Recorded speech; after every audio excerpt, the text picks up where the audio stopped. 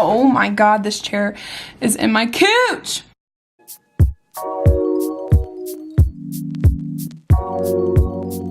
Hello. I haven't even seen the daylight of this channel in about 7 months. So hi, I'm back. I also have a beautiful camera God has blessed me with. This quality is so much better. If you didn't know before, I was like vlogging on my phone, so this is amazing. So apparently I think I'm a YouTuber now. Anywho, today we're going to be talking about my tattoos, my beautiful body art. I get a lot of questions about my tattoos a lot. Like every time I meet someone, obviously like there's questions about my tattoos because it's a part of me. I'm a walking billboard, and I'm going to talk about each and every one of them in the order that I got them. My first very tattoo that I ever got is my camping tattoo. It's a little tent with a little tree. It's really simple, really cute. I went really small with my first tattoo because I wasn't sure on how much I could deal with the pain. Camping is like a family tradition of mine. Like me and my family, we always have the best times ever when we're camping. We just have like super amazing talks, and like camping always reminds me of my mom because if you guys didn't know, my mom passed away. R.I.P. Mom. Every time like we go camping, like it's me and my brothers, and we always get around the campfire and talk about mom, and it's super fucking corny, but it's a lot of fun, and it just like is good for my soul, basically. My second tattoo is my Friday the 13th tattoo. Oh boy, this is a long story, but I'm gonna make it as short as possible. What the Friday the 13th tattoo stands for is me and my bestest friend since the 4th grade, Hannah Puckett.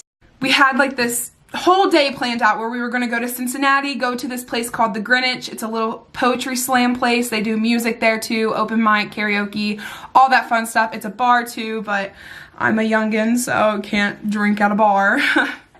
Couldn't even sit at it. We took a Uber to Cincinnati, went to the art museum, you know, the basic ass art museum that you literally don't have to go to because every bitch in northern Kentucky and the greater Cincinnati area posts pictures of it.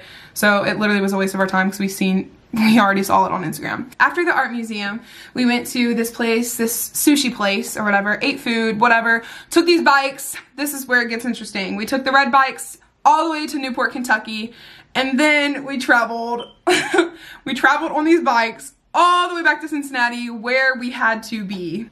So we took these bikes from Cincinnati to Newport, back to Cincinnati. When we took the bikes back to the Greenwich, it was the most awful experience ever. It was like this steep ass hill. So crazy. Like we had to push these bikes up because I am a fat fuck. Baby, I'm cute and all, but I'm a fat ass bitch. What? I cannot go up that hill. My fat ass is not getting up there. No. And it was awful. Like we had to keep hiking up that hill with these bikes. Like we finally get to the Greenwich.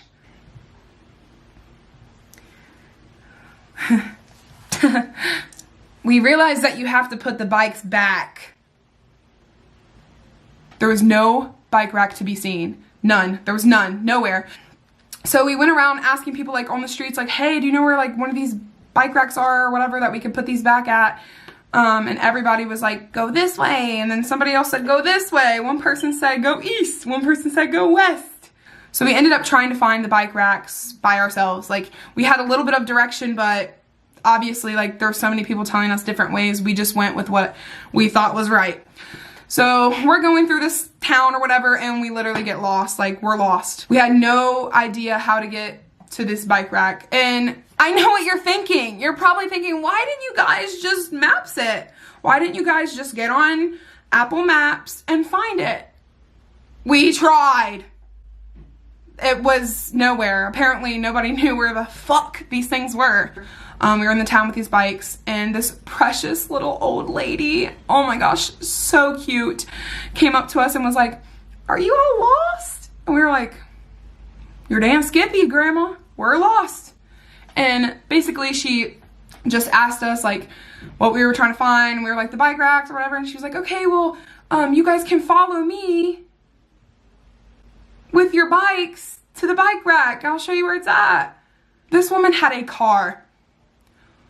We had bikes.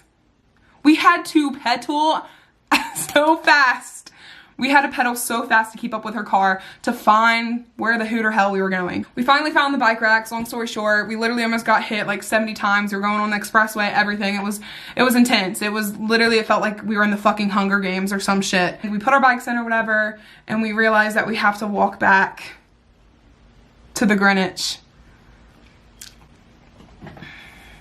which was like about 3 miles. 3 miles on a bike isn't that bad. 3 miles walking, that's pretty bad. So me and Hannah just started walking because, you know, we better get to walking because it's 3 miles and it's gonna take forever. So we start walking, and this cutest little old lady, I swear she was an angel. She was like, "What are y'all doing? Get in. I'll take you to your show." So that was literally the biggest relief ever, and it probably wasn't the safest thing to do because this was a complete stranger. We had no idea who she was. But we get in her car, we make it to our show, and turns out we weren't late at all. The show actually started an hour later than we expected. So we were on time, and it was just an amazing experience. It was my first like poetry slam, so it was just awesome. It was just a great night in the long run. Like, even though all this bad stuff happened, it still like turned into good. A lot of people ask me like if that tattoo means like the movie, and I've never even seen the movie Friday the 13th. I've never seen Friday the 13th in my entire life. All I know is that the night that I went to this poetry slam and rode bikes all across the greater Cincinnati area, that night was Friday the 13th. So I got it tattooed on me because it was just an amazing night, and I love my best friend Hannah so much. She's amazing. She's always been there, baby, since we were in 4th grade, since I looked like a roach. I literally looked like a fucking roach. My 3rd tattoo is the 2 hands holding the tree of life. That one's pretty self-explanatory. It's 2 hands holding the tree of life. The tree of life obviously represents life. The hands are basically my hands, so it's basically like life is what you make it, you know, like, life is what you make it. Like, you can't control what's thrown at you in this life, but you can control how you react. I just wanted to remind myself that this is my life. It's not my parents' life, you know. I just wanted to remind myself that, like, I can do what I want with my life, you know. So my 4th tattoo is my good old best friend, Buddy. Buddy is my wolf dog hybrid. A wolf and a dog basically came together and made Buddy, and he was in my life ever since I was a little kid. And I mean, I wasn't little, I was a fat ass. I've always been a fat ass. Buddy was just a really good dog basically, and like he holds a really special place in my heart, and I just wanted a constant like memory of him. So like whenever I miss him, I can just look down at my arm and there he is. My 5th tattoo is my truth tattoo. My truth tattoo is a megaphone with the word truth in it. I actually drew this tattoo, so I love this tattoo very much. This tattoo basically means speak truth. I always had like a problem when I was in middle school, when I was a little like youngin' heathen.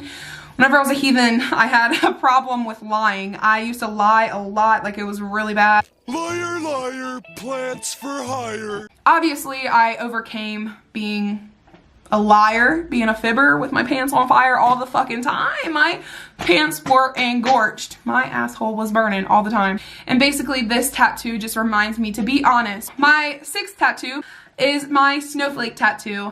The meaning and the reasoning behind my snowflake tattoo is it's a really amazing memory that I had with like my 3 best friends, Amanda, Blair, and Shakaya. We had this amazing night where we all were in the car just having a long conversation, just talking about life, and it was just really like soul fulfilling. And this blizzard hit out of fucking nowhere. Like this blizzard like hit us so damn hard. And it was just a whiteout, like we couldn't see anything, so we had to like, we pulled over into a gas station, and we basically stayed the night at a gas station until the blizzard wasn't there and until everybody got tired. And it was just fun because like we turned like a really bad situation into something fun. Like we were stuck at a gas station, and like I remember like we got out and like did a little built a little snowman and all that kind of fun stuff in the snow, and it was just a really good night. And it actually was the last night I could ever like hang out with that group of people again, because some messy shit happened, some really messy shit happened that y'all don't need to know about. Mind your fucking business. Mind your damn business. Shit. That is it, dude. That's all I fucking have about my tattoos. Make sure you like and subscribe to my channel.